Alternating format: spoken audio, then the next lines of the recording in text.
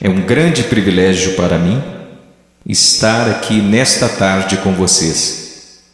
Antes de começarmos a falar qualquer coisa, eu gostaria de ir ao Senhor em oração. E eu vou pedir que você ore. Tem tanta coisa acontecendo aqui nesta tarde, tanta coisa que você não entende. Mas eu lhes direi de onde eu estou vindo.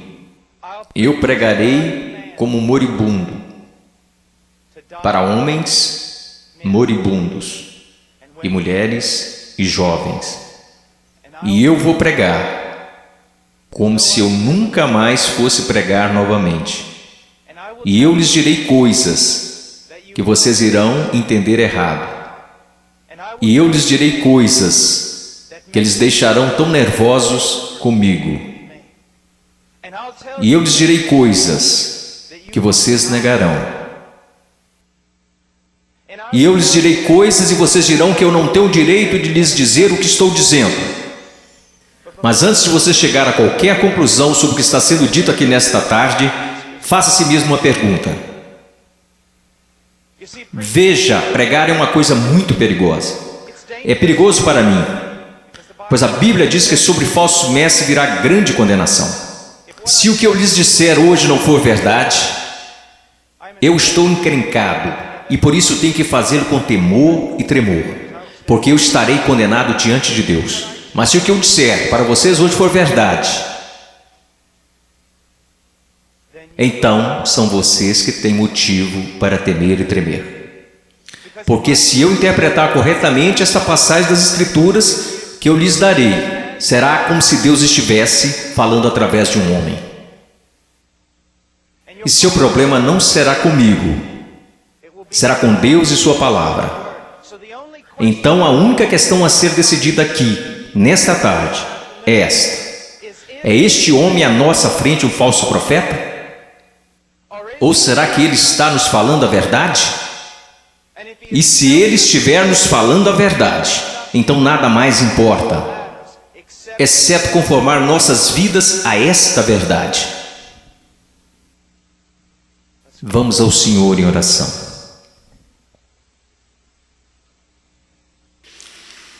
Pai,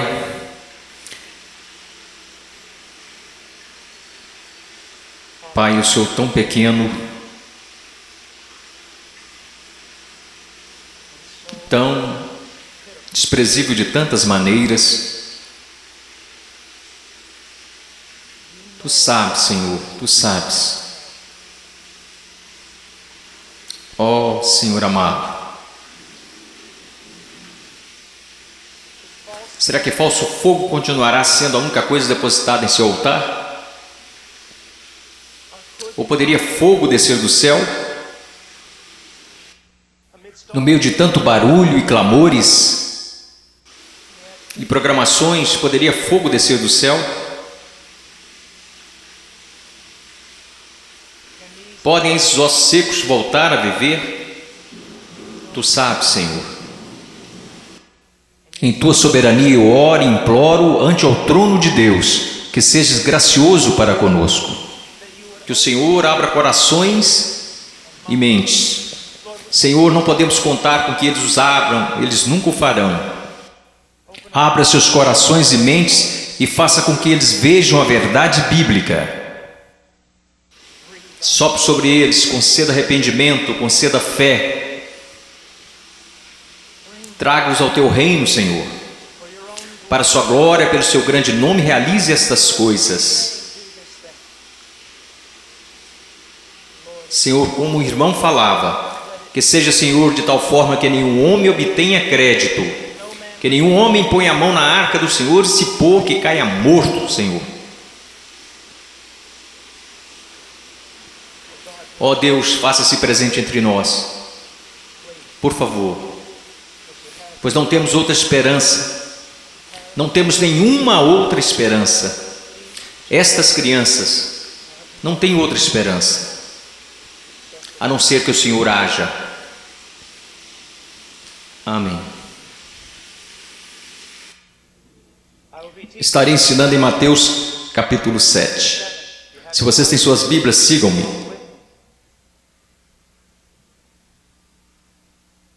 Mateus capítulo 7, versículo 3, Jesus disse: entrai pela porta estreita, porque larga é a porta, espaçoso o caminho que conduz à perdição, e muitos são os que entram por ela. E porque estreita é a porta e apertado o caminho que leva à vida, e poucos há que a encontrem.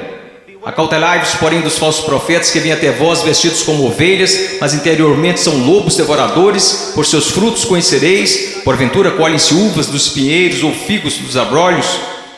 Assim toda árvore boa produz bons frutos, e toda árvore má produz frutos maus. Não pode a árvore boa dar maus frutos, nem a árvore má dar frutos bons. Toda árvore que não dá bom fruto corta-se e lança-se no fogo. Portanto, pelos seus frutos os conhecereis. Nem todo que me diz, Senhor, Senhor, entrará no reino dos céus, mas aquele que faz a vontade de meu Pai que está nos céus. Muitos me dirão naquele dia: Senhor, Senhor, não profetizamos nós em teu nome, e em teu nome não expulsamos demônios, e em teu nome não fizemos muitas maravilhas? E então lhes direi abertamente: nunca vos conheci. Apartai-vos de mim, vós que praticais a iniquidade. Todo aquele, pois, que escuta estas minhas palavras e as pratica, semelhá-lo-ei ao homem prudente, que edificou sua casa sobre a rocha, e desceu a chuva e correram rios, e assopraram ventos e combateram aquela casa, e não caiu, porque estava edificada sobre a rocha. E aquele que ouve estas minhas palavras e não as cumpre, compará-lo-ei a um homem sensato, que edificou a sua casa sobre a areia. Desceu a chuva, correram rios e assopraram ventos, e combateram aquela casa, e caiu, e foi grande a sua queda.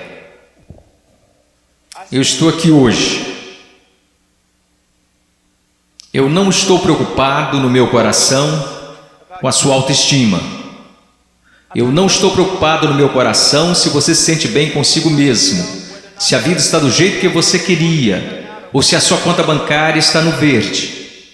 Só tem uma coisa que me tirou o sono.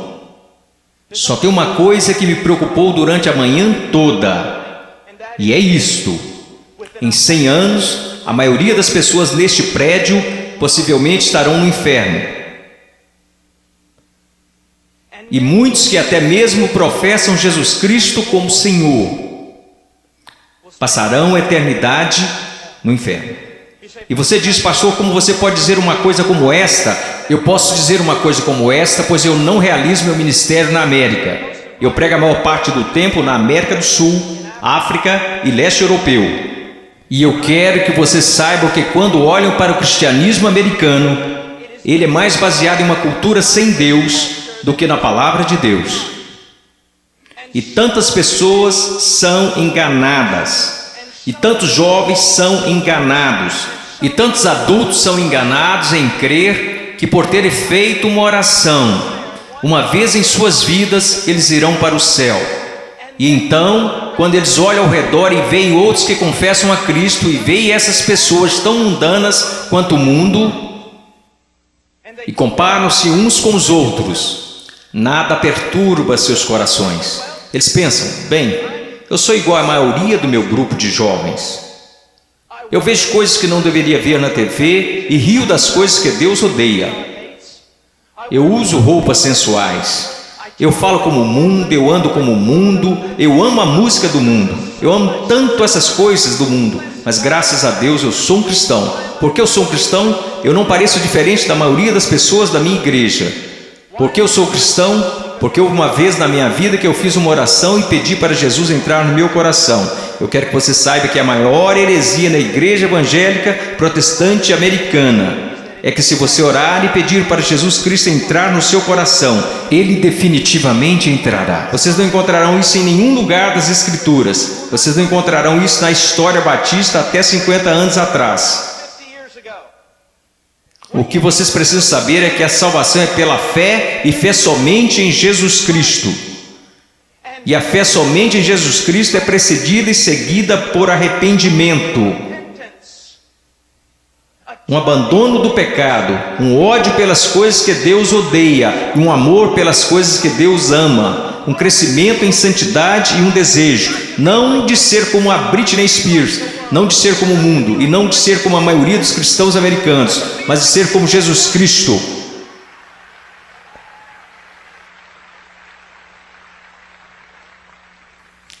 Eu não sei porque vocês estão aplaudindo, eu estou falando de você. Eu não vim aqui para ouvir améns, eu não vim aqui para receber aplausos, eu estou falando de você. Muitas vezes as pessoas vêm a mim e dizem: eu adoraria segui-lo até a Romênia, adoraria segui-lo à Ucrânia, eu adoraria pregar onde você prega e onde plantou igreja no Peru, na floresta. E eu digo: não, você não iria. Eles dizem: sim, eu iria. E eu digo: não, você não iria, porque você seria expulso da igreja de lá. O que precisamos ver? Eu não estou querendo ser duro apenas para ser duro. Vocês têm noção de quanto amor é necessário para ficar na frente de 5.000 pessoas e dizer que o cristianismo americano é quase completamente errado? Você sabe o que vai me custar nunca mais ser chamado para algo assim? Ser impopular? Você sabe por que você faz isso? Você não faz porque você vai ser bem pago. Você não faz isso porque os homens te amam. Você faz isso porque você ama os homens e, acima de tudo, você quer honrar a Deus. Eu quero lhe dizer uma coisa. Nós vamos olhar para as Escrituras e eu quero que você olhe para ela como ela realmente é. Pare de se comparar com outros que dizem que são cristãos, que se comparam com outros que dizem que são cristãos. Compare a si mesmo com as Escrituras. Quando alguém, um jovem, vem a um pastor ou pastor de jovens e diz: eu não tenho certeza se sou salvo. O pastor de jovens geralmente vai lançar um clichê. Alguma vez em sua vida você orou e pediu para Jesus entrar em seu coração? Bom, sim. Você foi sincero? Bem, eu não sei, mas acho que sim. Você precisa dizer para Satanás parar de te incomodar. Você escreveu no verso da sua Bíblia, assim como o evangelista ensinou quando você foi salvo. Você anotou a data para que qualquer dia que você duvidasse apontasse para a Bíblia. Que superstições têm invadido nossa denominação? Você sabe o que a Bíblia fala para os cristãos fazerem? Examine-se a si mesmo. Teste a si mesmo à luz das Escrituras para saber se você está na fé. Teste a si mesmo para saber se você é um cristão. Você consegue ver se o Senhor liberasse todos aqui e mandasse vocês baterem em cada porta dessa cidade? Você sabe o que descobrimos? 99% das pessoas, pelo menos nessa cidade, acredita que são cristãos. Se você voltar para a sua cidade natal e bater em cada porta de cada casa, porque eu voltei para a minha cidade natal, quando fiz salvo e bati em cada porta, e você sabe o que eu descobri? Todo mundo na minha cidade é um cristão. 85% deles não vão à igreja, e aqueles que vão à igreja não estão preocupados com santidade. Eles não estão preocupados em servir, não estão preocupados em ser separados do mundo, não estão preocupados se o evangelho será pregado entre as nações. Mas graças a Deus eles são salvos. Por que eles são salvos? Porque algum evangelista que deveria ter passado mais tempo estudando sua Bíblia do que pregando disse a eles que eles eram salvos. E ele disse isso para que depois pudesse gabar de quantas pessoas se converteram no seu próximo avivamento. Eu amo vocês. E existem homens aqui que amam vocês. E eu quero ir às Escrituras agora que eu choquei para a vida. Eu quero que vocês me ouçam. Ouça a palavra de Deus e comece a se perguntar algumas perguntas. Antes de tudo, entrai pela porta estreita, porque larga é a porta, espaçoso o caminho que conduz à perdição, e muitos são os que entram por ela. Existe uma porta estreita. E sabe, historicamente, uma das razões pela qual sou um Batista do Sul é porque os Batistas do Sul sempre foram rápidos, enquanto outras denominações falharam em perceber isto. Os Batistas do Sul sempre foram rápidos em perceber que é só uma porta. Só há um Deus. Só há um mediador entre Deus e os homens. Seu nome é Jesus Cristo, e não é uma questão de múltipla escolha. Não é como se todos os caminhos levassem a Roma. Como denominação, nós sempre ensinamos às pessoas o que Jesus ensinou às pessoas. Eu sou o caminho, a verdade e a vida, e ninguém vê ao Pai senão por mim. Então eu louvo a Deus por isso, que a única forma que qualquer ser humano nesta terra será salvo é por meio de Jesus Cristo. E ponto final.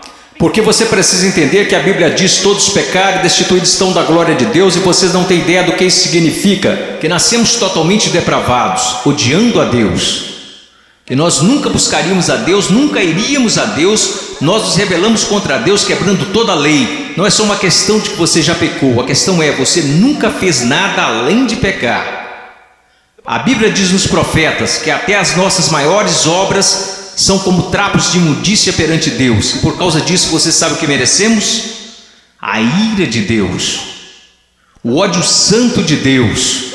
E vocês dizem: espere um pouco, Deus não pode odiar ninguém, Deus é amor. Não, meu amigo, você precisa entender uma coisa: Jesus Cristo ensinou, os profetas ensinaram, os apóstolos ensinaram isto, que a não ser a graça de Deus revelada em Jesus Cristo, nosso Senhor, a única coisa que resta para você é a ira, a violenta ira de Deus, por causa de sua rebelião e de seus pecados.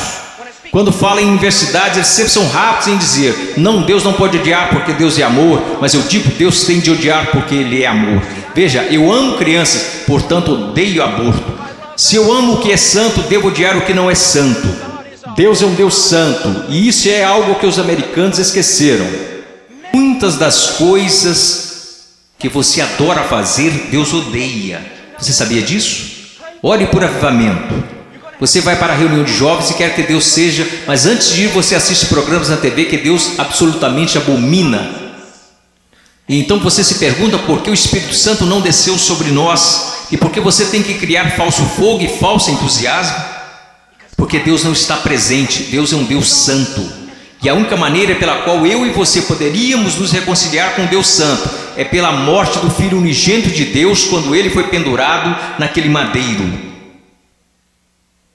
Agora escutem, se você hoje é salvo, você não foi salvo porque os romanos judeus rejeitaram Jesus. Você não foi salvo porque eles colocaram uma coroa de espinhos na sua cabeça, nem foi salvo porque eles perfuraram o tórax de Jesus com uma lança. Você não foi salvo nem mesmo porque eles o pregaram na cruz. Você sabe por que você é salvo? Se você é salvo, porque quando Jesus Cristo estava pendurado naquela cruz, Ele levou os seus pecados, o pecado do povo de Deus, e toda a violenta ira de Deus que deveria ter caído sobre você, caiu sobre seu único filho. Alguém tinha que pagar o preço, alguém tinha que morrer. Foi Deus, o Pai, quem esmagou seu único filho, de acordo com Isaías 53, ao Senhor agradou moê-lo. As pessoas dizem: a cruz é um sinal de quanto o homem é valioso. Isso não é verdade. A cruz é um sinal de quão depravado nós realmente somos. Ele levou à morte o Filho único de Deus. A única coisa que poderia salvar pessoas como nós foi a morte do único Filho de Deus, sob a ira de seu próprio Pai, pagando o preço, levantando dos mortos, poderoso para salvar. Este é o Evangelho de Jesus. Agora, o que você é chamado para fazer? Você diz: entrar pela porta estreita. Como você faz isso? Jesus disse: o tempo é chegado, o reino de Deus se aproxima. O que você deve fazer? Em Marcos ele nos diz: arrependa-se e creia no Evangelho. Você diz: irmão Paul, eu fui salvo orando e pedindo para Jesus entrar no meu coração. Eu tenho certeza que você o fez, mas você não foi salvo por uma fórmula mágica ou por causa de algumas palavras. Você foi salvo porque se arrependeu de seus pecados e acreditou. E não foi uma coisa isolada, você continua fazendo até hoje, porque Jesus, numa tradução mais correta deste verso, falou: o reino de Deus se aproxima, o tempo é chegado. Agora passem o resto de suas vidas se arrependendo de seus pecados e crendo em mim. Conversão não é como uma vacina. Ah, eu fiz isso, ou me arrependi, eu criei. A questão é, meu amigo, você continua se arrependendo de seus pecados? Você continua crendo? Porque aquele que começou boa obra em vocês também a terminará. Ele terminará. Nós, os batistas do Sul, pregamos que você deve ir por essa única porta, que é Jesus Cristo. Mas nós, batistas do Sul, esquecemos algo. E eu quero que pastores de jovens e outros líderes escutem-me, pois nós esquecemos um ensinamento muito importante do Evangelho. Diz que não só a porta é estreita, mas o caminho também é estreito. O que basicamente fazemos é conduzir uma pessoa a Cristo ou conduzimos alguém a uma oração, e aí essa pessoa passa o resto da vida vivendo igual ao mundo. Se você quiser negar isso, eu posso trazer as estatísticas para te provar. Várias pesquisas, censos, qualquer tipo de pesquisa que você pensar, quando elas questionam a moralidade da igreja nos Estados Unidos da América em comparação com a moralidade daqueles que se consideram perdidos, as pesquisas não acham diferenças. Veja, esses são apenas dados, não tem nada a ver com interpretação religiosa, são estatísticas. Livros e mais livros têm sido escritos incessantemente por teólogos, filósofos, sociólogos e afins. O que está acontecendo na igreja? Descobrimos que o aborto na igreja é tão prevalente quanto no mundo, O divórcio é tão prevalente, a imoralidade. Você sabe, assim como eu, que há jovens aqui neste momento que estão praticando imoralidade e ainda assim adorando a Deus como se nada estivesse acontecendo. Você sabe que há jovens aqui que estão usando drogas e indo para a reunião de jovens da igreja. Você sabe, vendo e fazendo coisas que não são apropriadas para cristãos e ainda assim eles vão para a reunião de jovens, convencidos que estão satisfeitos, convencidos que estão salvos, e ninguém está falando nada a não ser isto. Eles são cristãos carnais. Eles são cristãos de verdade, só são carnais. Esta é uma doutrina que começou no seminário batista, que não era um seminário dos batistas do sul, muitas décadas atrás. Essa doutrina não é bíblica e não é histórica.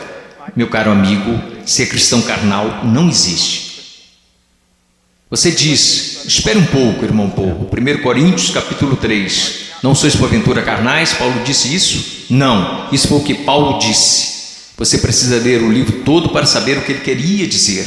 Um dos nossos problemas, juventude, escutem-me, a maior parte do nosso cristianismo é baseada em clichês que lemos nas camisetas cristãs.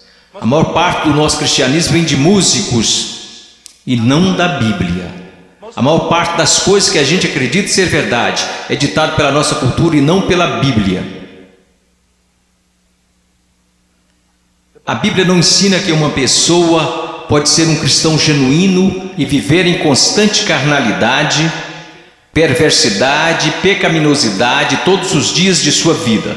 Mas a Bíblia ensina que o cristão genuíno recebeu uma nova natureza.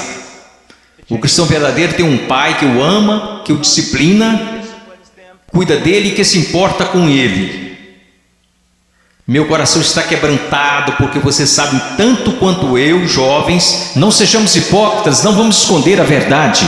Há muita gente assim, você os conhece, você pode ser um deles, ou ao menos sabe que tem um no seu grupo de jovens. Eles vão às reuniões, eles fazem todas as coisas, mas em seus corações eles são tão depravados quanto se pode ser. Não há diferença, não há luz. Tudo que o mundo faz, eles também fazem, está tudo bem assim.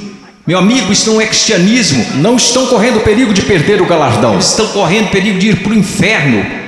Eles não conhecem a Deus. O que nós ensinamos? Quando foi a última vez que você ouviu alguém falar que não existe apenas uma porta estreita, mas também um caminho estreito? Jesus indica que um dos principais sinais para saber se você é um cristão de verdade é se você anda no caminho estreito. Você sabe qual é o sinal para saber se você é um cristão na América? Você fez uma oração uma vez? Não é incrível? O que você se pergunta quando duvida da sua salvação? Se você fez uma oração de salvação uma vez, o que as Escrituras ensinam? Examinai-vos e provai a vós mesmos para saber se realmente estáis na fé, porque um cristão será diferente. Estou dizendo que um cristão é sem pecado? Não, porque aprendemos em 1 João que os cristãos pecam. Se dissermos que não conhecemos o pecado, então não conhecemos a Deus, não andamos na luz. Então qual é a diferença? Onde eu quero chegar? Eu estou chegando até aqui. Se você é genuinamente um cristão nascido de novo, um filho de Deus, você andará pelo caminho da justiça, como estilo de vida. E se você se desviar desse caminho de retidão, o Pai virá até você. Ele irá discipliná-lo, ele o colocará de volta naquele caminho. Se você professa que entrou pela porta estreita, mas continua andando pelo caminho largo, assim como todos da sua escola, assim como todos que são carnais e depravados, a Bíblia quer que você saiba que você deveria ficar terrivelmente amedrontado, porque você não conhece a Deus. Eu temo homens que passam a maior parte de suas vidas dizendo às outras pessoas que elas são salvas. Eu tenho medo de você se você já fez isso. Você não diz às pessoas que elas são salvas, você as diz como serem salvas. Deus as diz se elas são salvas. O que nós esquecemos de acreditar é que a salvação é uma obra sobrenatural de Deus. E aqueles que estão sendo genuinamente convertidos e regenerados pelo poder do Espírito Santo serão novas criaturas. A Bíblia diz, pelo que se alguém está em Cristo, nova criatura é. Então nós encontramos aqui nas Escrituras que há uma porta estreita e um caminho estreito.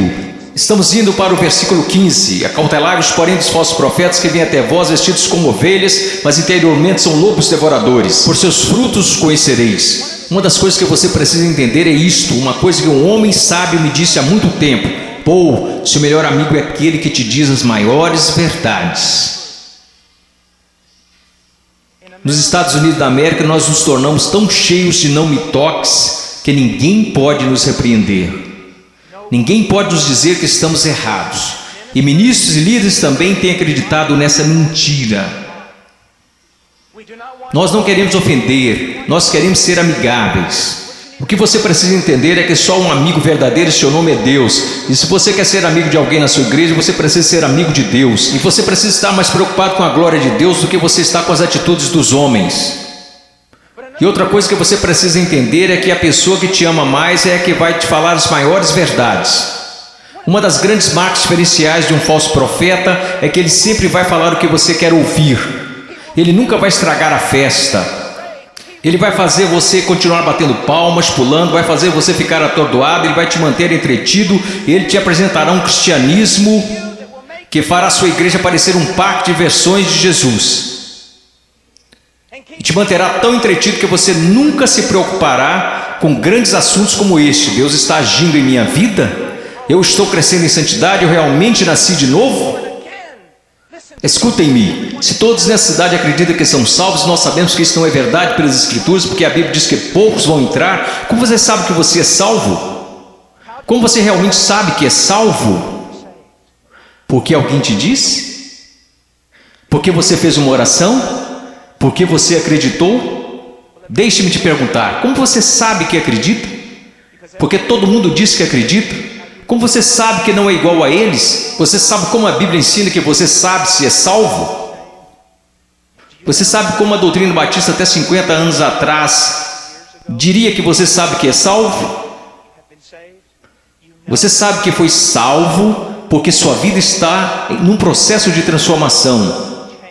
E seu estilo de vida é de alguém que anda nos caminhos da verdade do Senhor.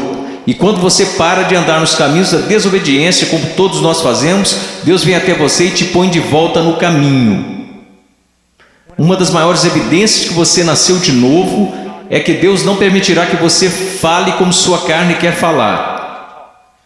Deus não permitirá que você se vista como o mundo sensual e a igreja sensual. Permite que você se vista. Deus não permitirá que você ande como o mundo. Cheire como o mundo, fale como o mundo, escute as coisas que o mundo escuta. Deus fará diferença na sua vida. Diz aqui, ao continuarmos, versículo 17. Então todos, quero dizer, vamos ao versículo 16. Você os conhecerá pelos seus frutos. Como você reconhece um falso profeta? E uma aplicação mais ampla aqui nas Escrituras. E como você sabe que alguém é um cristão genuíno? Pelos seus frutos. Pelos seus frutos, meus amigos. Veja a sua vida, veja o jeito que você anda, veja o jeito que você fala, veja para as paixões do seu coração. Por acaso Jesus está aí em algum lugar, ou ele é só um acessório que você acrescenta em sua vida? Ou é só uma coisa que você faz nas quartas e domingos? Ele é só alguém que você aceita apenas intelectualmente, mas não de coração? Ele é um acessório, ele é o centro da sua vida? E qual é o fruto que você está produzindo? Você parece com o mundo, age como o mundo? Você experimenta as mesmas alegrias que o mundo experimenta? Você consegue amar o pecado e gostar de cometê-lo? Você consegue amar a rebeldia e gostar de ser rebelde? Então você não conhece a Deus. Você os conhecerá pelos seus frutos.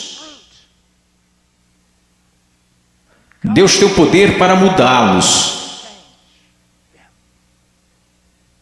Imaginemos por um momento Jesus ensinando esta passagem.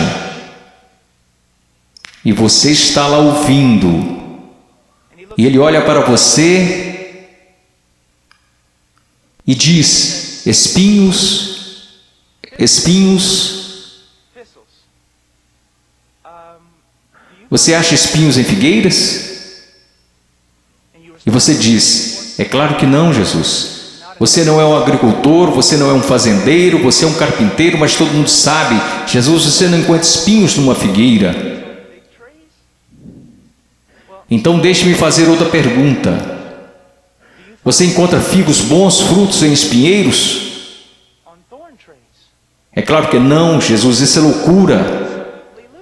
Quer dizer, você nunca vai achar espinhos numa figueira e também nunca encontrará figos num espinheiro. Jesus, se me disserem que isso é possível, pode tomar nota. Ou essa pessoa é louca ou é mentirosa. Então Jesus lhe responde: muito bem.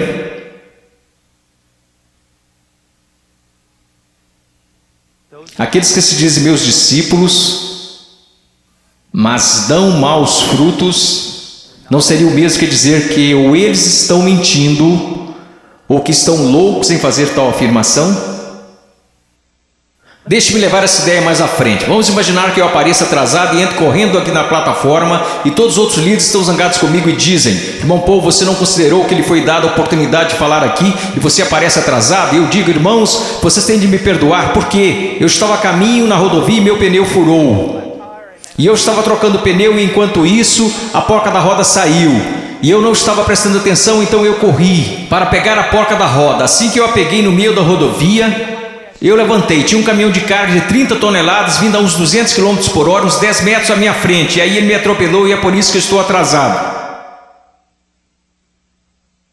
Só existiriam duas explicações lógicas. Eu sei, ninguém mais estuda lógica. Mas só existiriam duas conclusões lógicas. Eu sou um mentiroso. Eu sou um maluco. Você diria: irmão Paul, é absolutamente absurdo, é impossível ter um encontro com algo tão grande como um caminhão de carga e não mudar de estado. E minha questão para você é a seguinte: o que é maior, um caminhão de carga ou Deus? Como é que tantas pessoas hoje professam ter tido um encontro com Jesus Cristo e ainda assim não são permanentemente transformados? Deixe-me dar-lhes algumas coisas para pensar. Você sabe que eu estou lhes dizendo a verdade. Quantas vezes você vai e rededica sua vida de novo e de novo e de novo? Quantas vezes os grupos de jovens veem a coisas como esta e ficam empolgadíssimos e voltam para a igreja e dura cerca de uma semana e meia. E mesmo assim dizem: foi um grande mover de Deus. Não foi não. Se não durou é porque não foi um mover de Deus, foi emoção. Foram tantas coisas, mas não foi um grande mover de Deus. Deus trabalhou em sua vida. Deus está trabalhando em sua vida. Você os conhecerá pelos seus frutos. Você os conhecerá pelos seus frutos. Prosseguindo. Versículo 19. Toda árvore que não dá bom fruto, corta-se e lança-se no fogo. Portanto, pelos seus frutos conhecereis. Escute isso, você precisa entender algo acerca da literatura hebraica. Quando queremos enfatizar algo, sabe o que fazemos? Aumentamos o tom de nossa voz. Se estamos escrevendo, colocamos em negrito ou em maiúsculo. Mas para o judeu era diferente. Quando ele quer enfatizar algo, ele repete e repete. Por isso que encontramos o paralelismo hebraico no livro de Provérbios: o ímpio viverá na terra, o ímpio será destruído. Ele está dizendo a mesma coisa, só que de um jeito diferente, para dar mais ênfase. É isso que Jesus está fazendo o tempo todo aqui. Pelos seus frutos conhecereis, pelos seus frutos conhecereis. Vocês os conhecerão pelo caminho que eles andam, pelos seus frutos conhecereis, pelos seus frutos os conhecereis. Ele diz: toda árvore que não dá bom fruto, corta-se e lança-se no fogo. Sobre o que ele está falando, meu caro amigo? Ele está falando sobre o juízo do Deus Todo-Poderoso, que um dia cairá sobre o mundo, que um dia possivelmente poderá cair sobre você. Meu caro amigo, eu não consigo olhar o seu coração. Eu sou tão facilmente enganado pelo meu próprio coração. Mas há um que não é enganado. Há um que não é enganado. Ele não é enganado por uma cultura cristã pós-moderna. Ele sabe. Pelos seus frutos os conhecereis. Então ele continua. E ele diz isto: Versículo 21, nem todo que me diz Senhor, Senhor entrará no reino dos céus, mas aquele que faz a vontade de meu Pai que está nos céus. Você sabe o que a sua profissão de fé em Jesus vale? Absolutamente nada. Sim, você leu esta passagem? Estude-a. Nem todo que me diz Senhor, Senhor, nem todos que professam Senhor, Senhor, entrará no reino dos céus. Muitas pessoas dirão Senhor, Senhor, mas não entrarão no reino dos céus. Meus filhinhos, você é um deles? Senhor, Senhor. Agora vamos voltar para a literatura hebraica. Ele diz Senhor, Senhor, ele não diz Senhor. Ele diz Senhor, Senhor, o que isso significa? Esse sujeito que está fazendo profissão não é alguém que de repente decidiu. É o dia do juízo, é melhor confessá-lo como Senhor. Essa é uma pessoa que professa enfaticamente aos outros que Jesus é o Senhor. Ele anda por aí dizendo que Jesus é o Senhor, ele dança enquanto os músicos estão tocando e diz que Jesus é o Senhor. Ele canta dizendo Senhor, mas Jesus diz a ele, afasta-te de mim, eu não te conheço. Billy Graham é uma das pessoas mais amáveis e bondosas. E ainda assim ele diz que a maioria das pessoas das igrejas confessionais estão perdidas. Ele diz que ficaria feliz se ao menos 5% das pessoas que fizeram uma profissão de fé em suas cruzadas evangelísticas fossem de fato salvas. Quando estou na Nigéria, eu estive lá no ano passado visitando a mãe cujo filho estava em nossa igreja e que foi assassinado por muçulmanos no norte da Nigéria. Se alguém confessa Jesus Cristo, você meio que já sabe que é verdadeiro. Por quê? Porque eles podem morrer por causa dessa confissão, mas na América, considere os custos. Pense, examine a sua vida à luz das Escrituras. Você conhece o Senhor? Você conhece o Senhor? Porque nem todo que me diz Senhor, Senhor entrará no reino dos céus. Mas o que ele diz aqui, veja o que ele está dizendo. Nem todo que me diz Senhor, Senhor entrará no reino dos céus, mas aquele que faz a vontade de meu Pai que está nos céus. Qual é o sinal de que alguém se tornou um cristão genuíno? Eu gostaria que nós começássemos a ensinar isso novamente. O que aconteceu com a nossa teologia? O que aconteceu com a nossa doutrina? O que aconteceu com o nosso ensino? Foram jogados pela janela? Ninguém mais quer estudar doutrina, só quer escutar músicas cristãs e ler as frases das camisas cristãs. O que aconteceu com a verdade? A verdade diz isto. Aprova a maneira que você pode ter certeza que você é um cristão que nasceu de novo e que você tem como estilo de vida agir segundo a vontade do Pai. E você diz, você está falando de obras. Não, eu não estou, eu estou falando de evidências de fé. Funciona mais ou menos assim. Sua profissão não é prova alguma de que você nasceu de novo, porque todos neste país professam ter fé em Jesus Cristo. Uma pesquisa diz que 65% a 70% dos americanos são salvos, cristãos nascidos de novo. O país mais sem Deus na face da terra mata 4.000 bebês por dia, mas graças a Deus 70% de nós são nascidos de novo.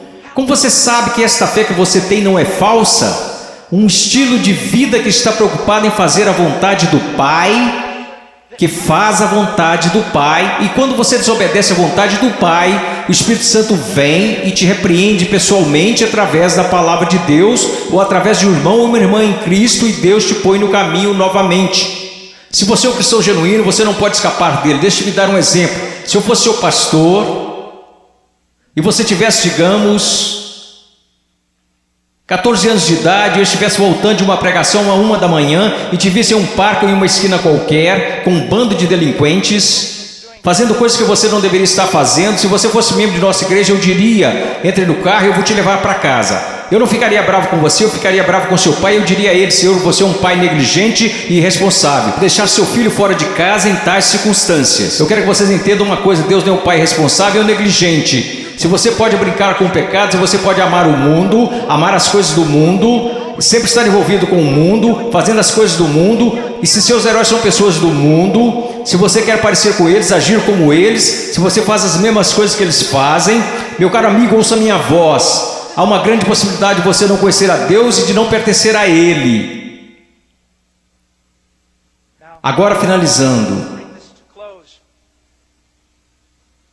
Versículo 22. Muitos me dirão naquele dia: Senhor, Senhor, não profetizamos nós em Teu nome não expulsamos demônios, em Teu nome não fizemos muitas maravilhas? Então lhes direi abertamente: nunca vos conheci. Você diz: a coisa mais importante na face da terra é conhecer a Jesus Cristo. Isto não é verdade. A coisa mais importante na face da terra é que Jesus Cristo te conheça. Eu não entrarei na Casa Branca amanhã só porque eu fui até o portão e disse que conheço o presidente. Mas eles me deixarão entrar se o presidente falar: eu conheço Paul Washer. Você pode professar conhecer a Jesus, mas a minha pergunta para você é: você conhece a Jesus? Jesus te conhece? E veja como ele descreve o homem perdido aqui. Ele diz: apartai-vos de mim, vós que praticais a iniquidade. Em grego, anomia. Uma partícula negativa: a, não, sem. A palavra nomos, lei, não lei, sem lei. E é isso que significa. Deixe-me dar-lhe uma tradução mais precisa. Apartai-vos de mim, ouçam-me. Se eu pudesse sair daqui e te abraçar falando isso, eu faria. Ouçam-me. Ele diz: apartai-vos de mim, vocês que dizem ser meus discípulos, que me confessam como Senhor, porém vivem como se eu nunca tivesse lhes dado uma lei para obedecerem. Eu acabo de descrever a grande maioria dos cristãos da América. Se alguém começa a falar de lei, se alguém começa a falar de princípios bíblicos, sobre o que devemos fazer e o que não devemos fazer, como devemos viver e como não devemos viver, todos começam a exclamar: legalista, legalista. Mas Jesus disse: apartai-vos de mim, vocês que viveram, me chamaram de Senhor, contudo viveram como se eu nunca tivesse lhes dado uma lei para seguirem. Na cristandade americana disse: passe pela porta, louve a Deus, viva como o resto do mundo, tudo bem, você só é um cristão carnal e talvez volte um dia. Você sabe o que acontece por causa do nosso péssimo evangelismo? Nós temos milhões de crianças salvas na ZBF, e quando fazem 15 anos eles entram no mundo, e a maioria deles vive como demônios.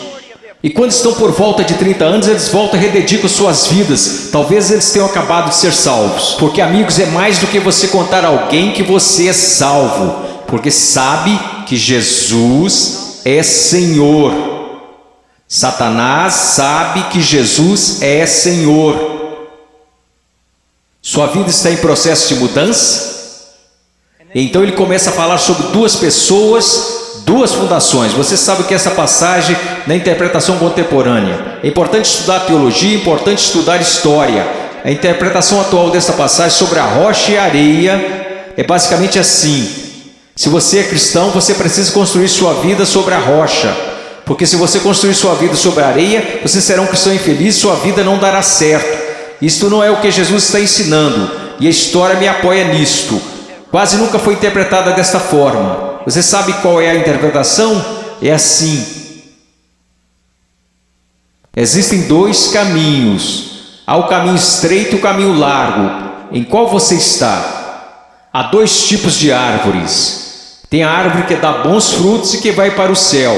Tem a árvore má e você sabe que é má porque dá maus frutos e vai para o inferno. Será cortada e lançada para o inferno. Aqueles que professam Jesus como Senhor e fazem a vontade do Pai que está no céu, e aqueles que professam Jesus como Senhor e que não fazem a vontade do Pai que está no céu, e eles irão para o inferno, não por falta das obras, mas por causa de uma falta de fé demonstrada pelo fato de que eles não tinham obras.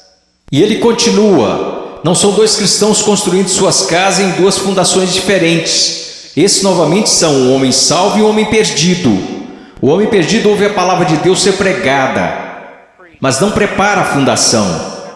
Você não consegue ver na vida dele como a palavra de Deus está formando e construindo e sustentando sua vida. Sua vida não está. Quantas pessoas da Convenção dos Batistas do Sul, apesar dos nossos números, apesar de tudo que dizemos, se nós simplesmente comparássemos as pessoas a esta passagem e dissesse: você está construindo seu casamento de acordo com a palavra de Deus, você está educando seus filhos de acordo com a palavra de Deus, você está administrando suas finanças de acordo com a palavra de Deus, você tem vivido separando-se das coisas deste mundo de acordo com a palavra de Deus, quantos estariam aptos a responder positivamente? Não, nada disso. Eu professo Jesus, Ele é meu Salvador. Meu professor de escola dominical me falou: Eu sei, assim como Leonard Haverhill, um conhecido meu, que antes de falecer costumava dizer: eu preguei uma só vez em várias igrejas batistas. Eu prego em muitos lugares como esse somente uma vez. Eu poderia vir aqui hoje com um vocabulário que impressionaria vocês e pregar para vocês sobre coisas que fariam vocês saírem flutuando deste salão.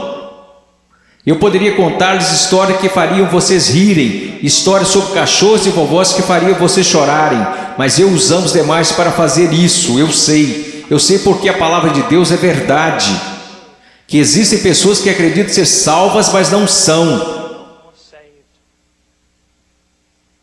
Não são.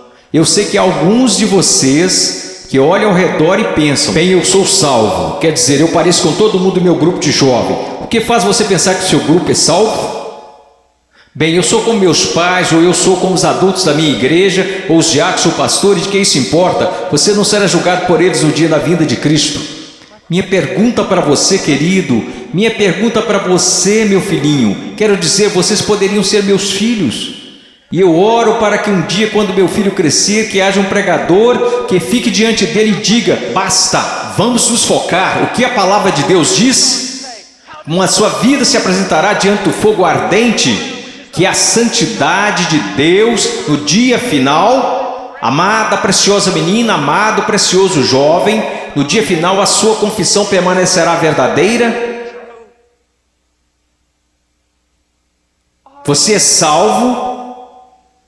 E eu não estou falando de bem, eu acho que sou salvo. Sabe, é o caminho que ao homem parece direito, mas o fim deles são os caminhos da morte. Bem, eu sinto do fundo do meu coração que sou salvo. Então deixa eu fazer outra pergunta. Você alguma vez já leu que enganoso o coração? Quem o conhecerá? Você não deveria ir ao testemunho das Escrituras? Bem, eu sei que eu sou salvo, pois minha mãe, meu pai, meu pastor, todos me disseram que sou salvo. Então eu te digo isto: o que a palavra de Deus te diz? Nós falamos tanto sobre ser cristãos radicais. Cristãos radicais não são pessoas que pulam em shows. Cristãos radicais não são pessoas que usam camisas gospel. Cristãos radicais são aqueles que carregam os frutos do Espírito Santo.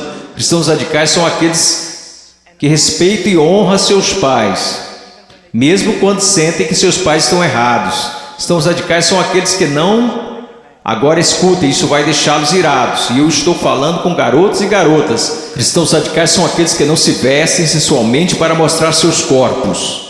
Se sua vestimenta é um chamariz apenas para o seu rosto, Deus se agrada da sua vestimenta. Sua vestimenta é um chamariz para o seu corpo, isso é sensual e Deus odeia o que você está fazendo.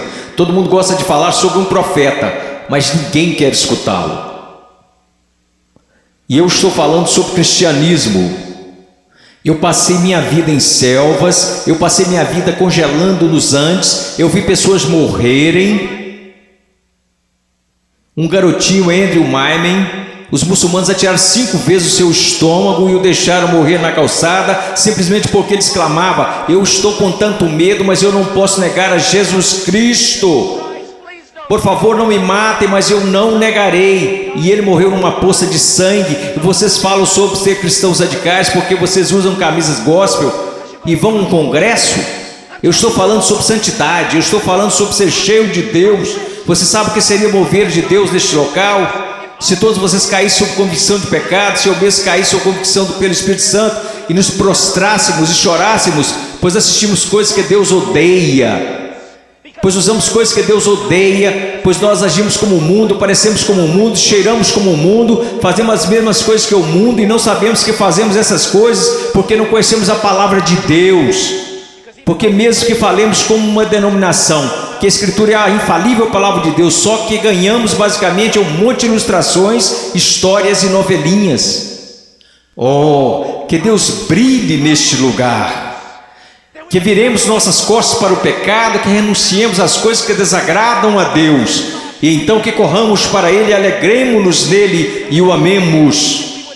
Que Deus levante missionários. Eu não desejo a vocês o mesmo que seus pais. Eles querem segurança e boas casas para vocês.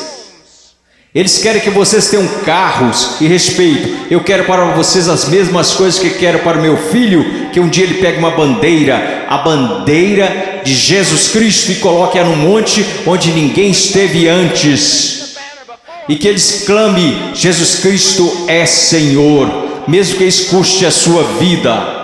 Se quando ele tiver 18 anos me disser as mesmas coisas que eu disse quando era jovem, eu vou para os montes, eu vou para a selva, e as pessoas disseram: você não pode ir, você está maluco, é uma guerra lá, você vai morrer. Eu vou. Quando aquele rapaz colocar sua mochila nas costas, eu vou orar por ele e dizer: vá, vá, Deus seja contigo, e se você morrer, meu filho, eu te vejo do outro lado e honrarei sua morte. Oh Deus, vamos orar, vamos orar. Oh Deus, eu não me importo com reputação, eu não me importo com o que os homens pensam. Eu quero que o Senhor seja honrado, eu quero que esses jovens sejam salvos. Eu quero que os salvos parem de olhar para um cristianismo cultural, que o Senhor odeia e que cuspirá fora de sua boca, e que eles olhem para a sua palavra e digam: eu seguirei a Jesus. Deus, eu oro pelos ministérios de jovens e pastores, e oro para que o Senhor os encha com espírito de sabedoria, amor e coragem e discernimento, e querido Deus, custe o que custar, eu oro para que o Senhor levante missionários. Ao olhar para esses garotos, eu não posso evitar de pensar no meu filhinho. Oh Deus, que o Senhor salve o Ian, e que o levante e o mande para a pior parte da batalha. Oh, querido Deus, levante missionários aqui, levante missionários, levante pregadores e pastores e embaixadores e evangelistas, que conheçam a palavra de Deus. Oh Deus, trabalhe neste lugar, por favor, trabalhe neste lugar, amado Deus, por favor, por favor, por favor, por favor. Agora, com todas as cabeças baixas, alguém aqui hoje à noite que gostaria de dizer: irmão Paul, eu tenho vivido uma mentira. Eu digo que sou cristão, mas eu amo o mundo, eu pareço com o mundo, e cheiro como o mundo, e eu me odeio por conta disso. Irmão Paul, eu estou tão cansado desse cristianismo que tenho vivido, eu estou cansado disto. Eu estou cansado disto. Eu quero ser salvo. Eu quero ser salvo. Eu só quero que levantem. Irmão Paul, eu quero ser salvo. Amém. Alguém mais? Eu quero ser salvo. Amém.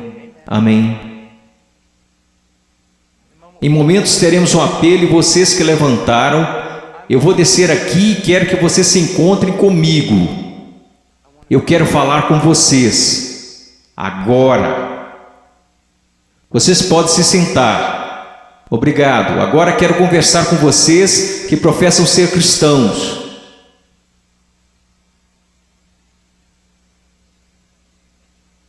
Sua vida honra a Jesus Cristo? Você está olhando em sua palavra para descobrir como deve viver?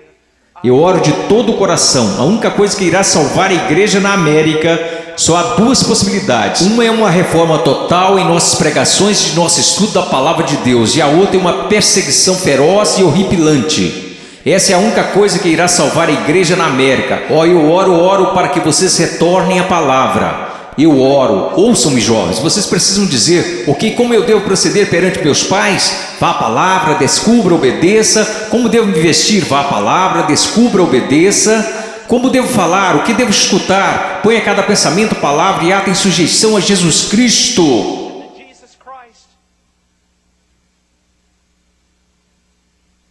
Eu não vou pedir para que você levante.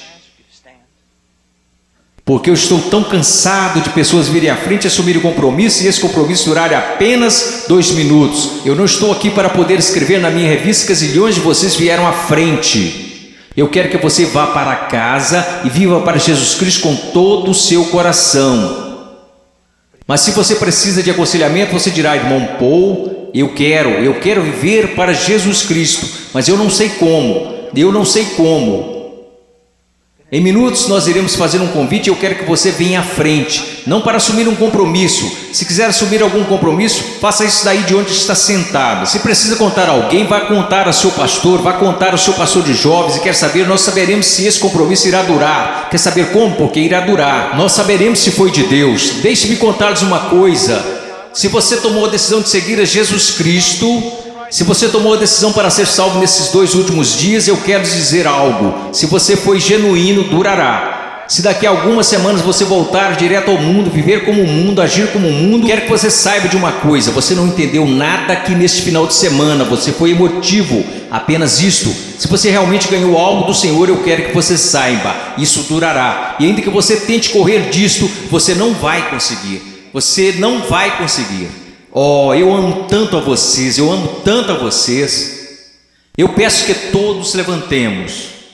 Se você precisa de aconselhamento acerca de uma decisão que fez, mas que não está clara, eu quero que você venha à frente e eu vou descer aqui. Vocês que levantaram, houve muitos de vocês aí que disseram: eu preciso conhecer a Jesus Cristo. Eu quero que você venha até aqui agora mesmo, eu quero te conhecer. Eu quero voltar aqui com você e os outros conselheiros, quero conversar com você e eu quero te dizer uma coisa, não em 5 minutos, não em 10 minutos. Se você precisar conversar a noite toda, nós ficaremos. Essa é a atitude de cada conselheiro neste lugar. Nós ficaremos a noite inteira se necessário, a noite toda. Deus te ama.